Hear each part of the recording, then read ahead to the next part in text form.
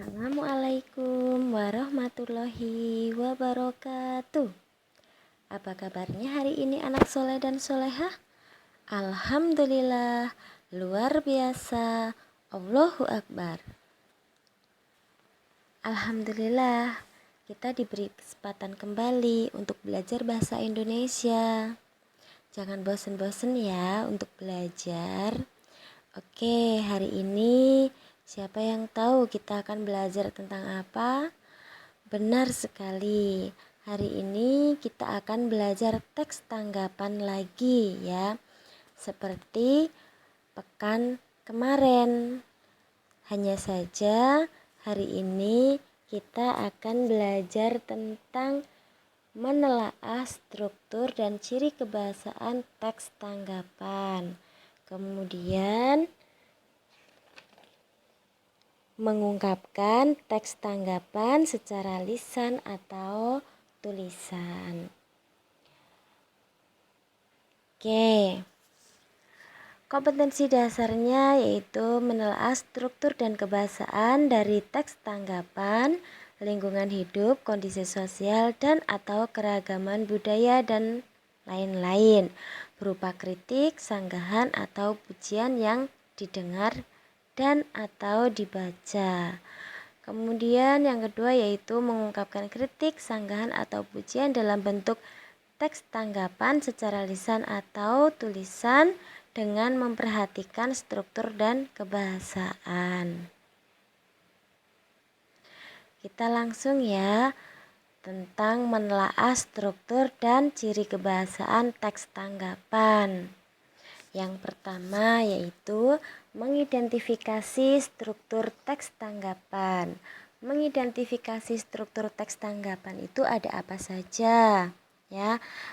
Adapun mengidentifikasi struktur tanggapan antara lain ada konteks. Iya, betul sekali. Konteks. Konteks itu adalah merupakan struktur pertama dalam teks tanggapan yang berisi tentang hal yang ditanggapi, di mana dan kapan peristiwa itu terjadi, serta jenis peristiwa, misalkan politik atau sosial, bahkan atau budaya, seperti itu. Kemudian yang kedua adalah deskripsi. Deskripsi merupakan bagian kedua setelah konteks ya, yang berisi tafsiran tentang apa dan bagaimana sesuatu terrealisasi atau diciptakan atau dihasilkan. Kemudian yang berikutnya adalah apa? Iya, betul sekali, yaitu penilaian. Penilaian berisi tanggapan yang dapat mendukung hal yang ditanggapi dalam bentuk pujian maupun kritikan. Yang berikutnya adalah ciri kebahasaan teks tanggapan. Yang kedua ini menganalisis ya, menganalisis ciri kebahasaan teks tanggapan. Banyak ya sebenarnya orang yang alergi terhadap kritikan. Tidak sedikit pula yang lupa diri setelah mendapatkan pujian. Kritik yang disampaikan dengan bahasa yang santun disertai alasan yang masuk akal akan dapat diterima oleh semua pihak dengan lapang dada dan hati tenang. Sebaliknya, kritik yang tidak memperhatikan kesantunan dalam berbahasa dapat menyebabkan pihak yang dikritik kecewa, kesal, bahkan bisa saja marah. Untuk itu, kritik harus disampaikan dengan bahasa yang santun disertai alasan yang logis.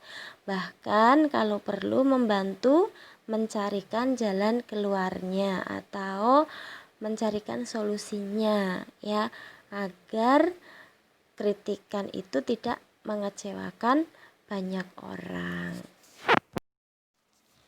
Yang berikutnya kita masuk ke mengungkapkan teks tanggapan secara lisan atau tulisan.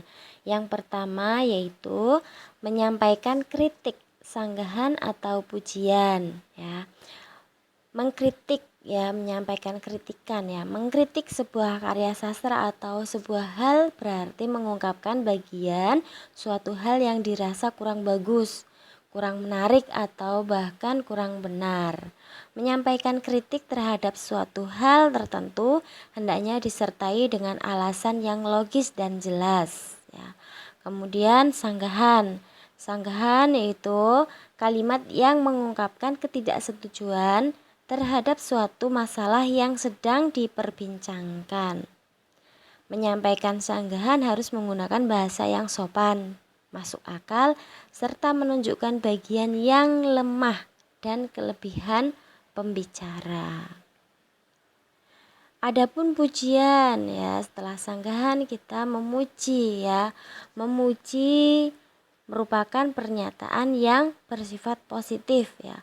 Pujian membuat orang menjadi lebih baik.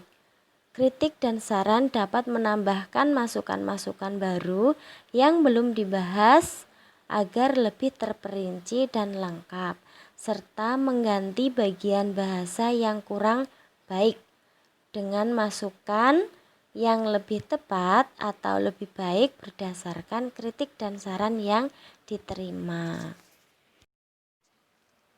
Yang berikutnya yaitu menulis teks tanggapan. Bagaimana sih cara menulis teks tanggapan?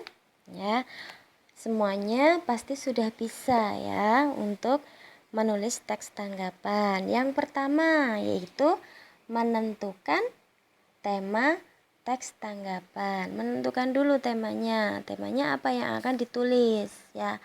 Kemudian setelah menentukan tema, mengembangkan tema menjadi kalimat-kalimat dengan kata-kata sendiri ya. Setelah itu baru menyusun dan menggabungkan kalimat-kalimat tersebut sehingga menjadi teks tanggapan yang tepat. Dan berikutnya adalah menggunakan bahasa sesuai dengan kaidah bahasa Indonesia. Itulah cara menulis teks tanggapan ya. Pasti semua sudah bisa menulis teks tanggapan. Contohnya ya, di sini Ustadzah punya contoh teks tanggapan tentang fenomena alam ya, tentang gerhana matahari dan mitos kebutaan ya. Gerhana matahari dan mitos kebutaan. Di sini dibagi beberapa ya, seperti yang tadi sudah dijelaskan, ada evaluasi, deskripsi, penegasan ulang ya. Yang pertama kita masuk evaluasinya. Berbicara mengenai gerhana matahari, mungkin banyak di antara kita yang bertanya, sebenarnya melihatnya secara langsung bisa menyebabkan buta. Itu sebuah mitos atau fakta? Nah, itu evaluasinya. Kemudian deskripsinya, ketika menanggapi tentang fenomena alam, tentunya kita bisa mengetahui lewat ilmu sains. Namun, sebenarnya gerhana matahari adalah sebuah fenomena di mana posisi bumi, matahari, dan bulan sejajar dan berada pada satu garis lurus. Pada saat itu, bulan akan melintas di antara bumi dan matahari untuk beberapa waktu. Cahaya matahari ke bumi akan terhalang oleh bayangan bulan. Ketika fase total itu terjadi, bulan menutupi matahari. Korona matahari akan terlihat seperti menjulur ya dari pinggir bagian yang ditutupi oleh bulan. Lantas apa hubungan fenomena tersebut dengan kebutaan mata? Menurut Thomas Jamaluddin, Kepala Lembaga Penerbangan dan Antariksa Nasional atau LAPAN ya, melihat gerhana matahari total secara langsung bisa menyebabkan kebutaan adalah mitos modern. Yang benar ialah cahaya matahari pada saat gerhana maupun dalam kehidupan sehari-hari sama-sama berbahaya.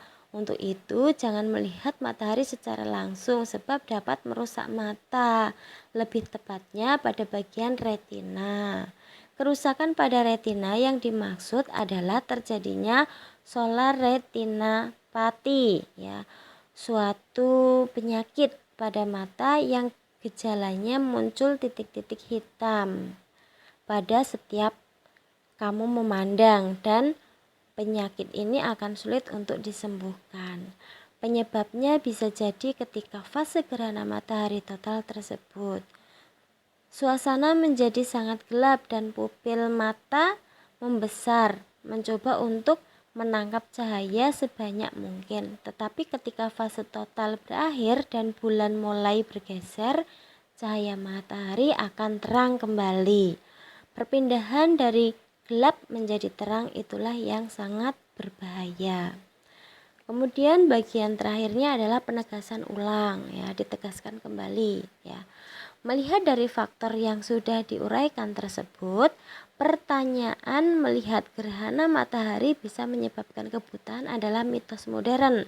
Faktanya, sinar matahari sangat berbahaya jika kita melihatnya secara langsung, baik ketika gerhana atau dalam kehidupan sehari-hari. Nah, itu contohnya teks tanggapan tentang fenomena alam, ya, yang dibagi menjadi beberapa. Ada evaluasinya, bagian-bagiannya, ya, deskripsinya mana dan penegasan ulangnya mana, gitu. Oke, alhamdulillah, ya, kita sudah belajar tentang menelaah struktur teks tanggapan dan ciri kebahasaan, serta mengungkapkan atau menggunakan teks tanggapan, ya. Bahkan kita bisa menulis teks tanggapan. Oke, pelajaran hari ini bisa kita petik dalam Quran surat Al-A'la ayat 9, ya. Oleh sebab itu, berikanlah peringatan karena peringatan itu bermanfaat. Maksudnya, maka nasihatilah manusia dengan apa yang telah kamu wahyukan kepadamu dari Al-Quran, dan ingatkanlah mereka selama peringatan itu masih didengarkan, ya. Jadi ketika kita memberikan nasihat kepada orang pun, ya, kita harus memperhatikan sopan santunnya kita agar nasihat-nasihat kita didengarkan sama mereka. Bahkan tidak hanya nasihatnya itu bermanfaat, ya, juga menggunakan kata-kata yang santun, ya, agar bisa diterima dengan baik, ya, tidak mengecewakan mereka, tidak menyinggung perasaannya mereka, seperti itu. Oke, alhamdulillah, Ustazah akhiri untuk pelajaran hari ini, ya. Tetap semangat, tetap belajar, dan tetap menjaga kesehatan. Wabillahi taufik wal hidayah. Wassalamualaikum warahmatullahi wabarakatuh.